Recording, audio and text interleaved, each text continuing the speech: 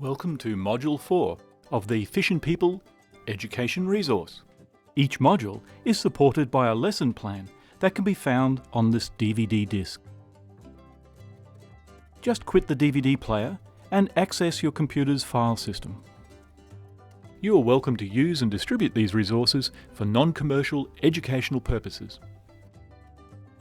In previous modules, we learned about how marine organisms reproduce and how their tiny planktonic larvae disperse around the oceans. We also learned how the biology and ecology of marine animals can influence how many individuals there are in a population, how fast they grow, and therefore how they are affected by fishing. Before technological fishing, an abundance of adult fish ensured there was always a rich supply of larvae. This is no longer guaranteed. In this module, we will look at the biology of larvae themselves and how it varies from species to species. We will see how larval biology affects how far they can travel across the ocean and what this means for populations of marine animals under fishing pressure, trying to replace themselves.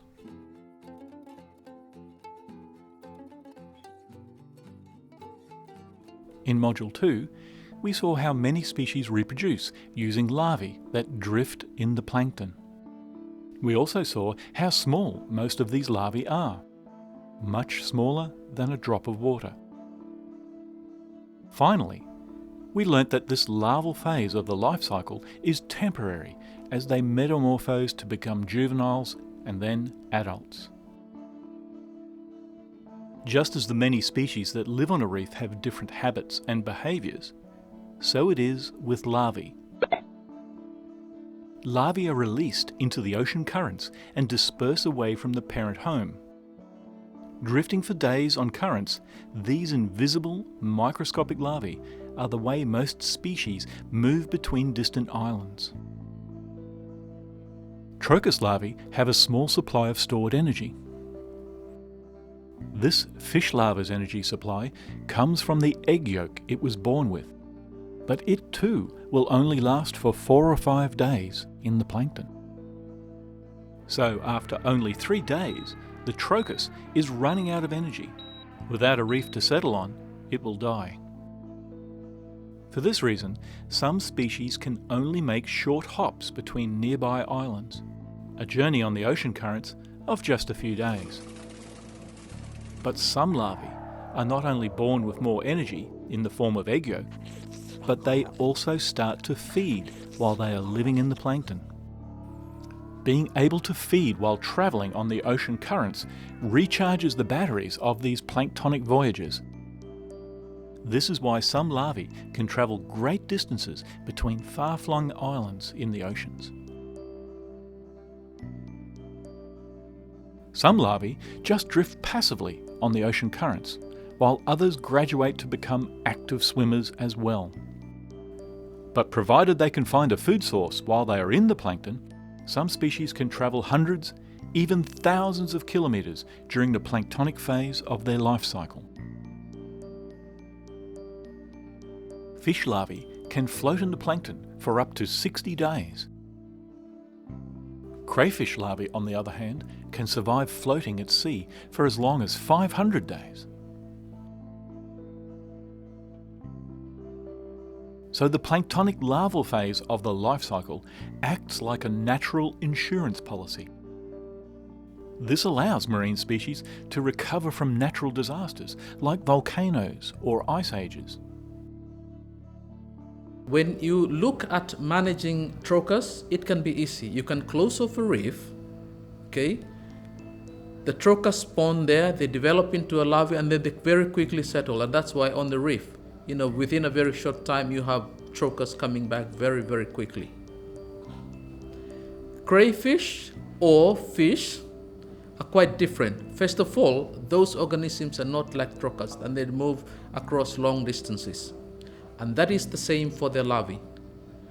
That means that if you want to protect crayfish, you would require an area slightly much larger than you would need to protect the trochus. Here are some key messages. The larvae of different species naturally differ in the distance they can travel on ocean currents.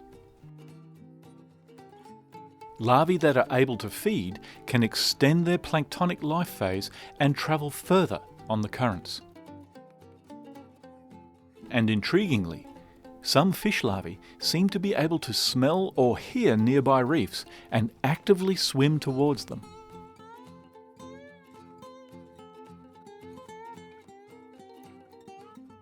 Now let's contrast the role larvae play on healthy and overfished reefs.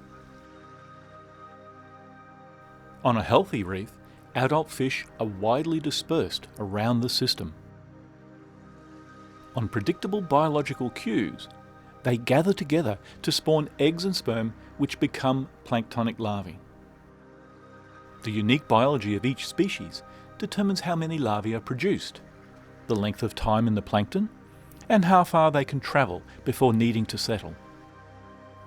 After spawning, the adults again disperse away from the spawning site. Some may even move to different reefs. While this has been happening, larvae are also arriving from other areas, brought in by ocean current. If for some reason a reef has had a bad year, larvae released from other locations still arrive in the plankton to produce more fish. In different years, these larvae may arrive from different sources, at the whims of currents and weather systems. These are the mechanics of the natural reef system, a beautiful, self-replenishing system that can support people and communities, provided species are allowed to spawn and complete their life cycle. Now contrast the situation where reefs are overfished. You will recall in an earlier module, we saw how large fish produce many times more eggs than small or medium-sized fish. On an overfished reef, not only are there fewer fish spawning, but they also tend to be small, immature fish. This means larvae production is greatly reduced. The overfishing problem may be partly hidden from the local fishermen by the fact that larvae from outside the local reef system may continue to supply new adults. Hoping that your reefs will always be replenished from outside your province is a dangerous strategy for 3 reasons. 1. The arrival of larvae from outside the system varies from year to year because of winds and currents. It cannot be relied upon. 2. Many of the world's fisheries are now fully exploited or overfished, so the supply of outside larvae may also be declining. And 3. The distance between your reef and the next source of larvae may be too great for some species to cross. You will recall earlier in this module that lobsters can disperse on the currents for 500 days, and some fish for up to 60 days. However, some species have a much shorter larval lifespan and cannot swim across great stretches of ocean. This is the case for the green snail, giant clams, and dugong. There are so few of these animals left that even if everyone stopped harvesting them tomorrow, it will still take a long time for populations to build up again to their original numbers. Scientists have a name for this concept: connectivity. It refers to how populations of species are connected to each other across space and through time. To understand how reefs actually work, you need to combine an understanding of connectivity with the concepts we met in earlier modules, like age at maturity, fecundity, the life cycle, reproductive behaviour and biology, and larval dispersal. Together, all these processes regulate the connectivity of populations of fish and other sea creatures. Think of these concepts as a toolkit that allow us to understand how vulnerable different species are to fishing, and how long it will take populations of different species to recover from overfishing. for a green snail, it has a short period of larval life. So if the green snails live in Tetepare, they will just reproduce and they will settle in Tetepare or in a certain location in Tetepare. The larval will not have the chance to travel to other areas in Solomon Islands because of this short larval life. So in summary, in this module, we learned that the larvae of different species naturally differ in the distance they can travel on ocean currents.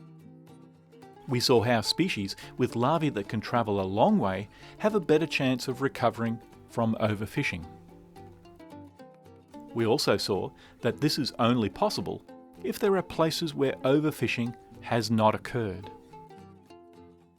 Species with short-lived larvae will take longer to recover their populations in overfished areas. In the next and final module, we will learn how human populations have impacted populations of marine animals through time, and how we can use this knowledge for management of marine resources now and in the future.